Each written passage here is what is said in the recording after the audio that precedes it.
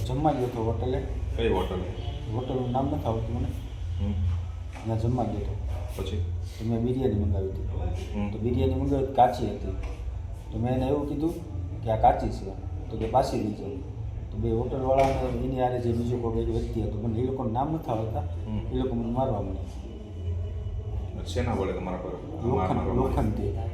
શું હતું એમની પાસે હથિયાર? એની પાસે લોખંડની વસ્તુ હતી. અચ્છા, આ હોટલ કયા રોડ પર આવેલી છે અને ક્યાં આવેલી છે? આપણે આ રોરો ફેરી છે રોડ ઉપર. કેટલા જણા હતા હુમલો કરવામાં? એ લોકો 2 જણા.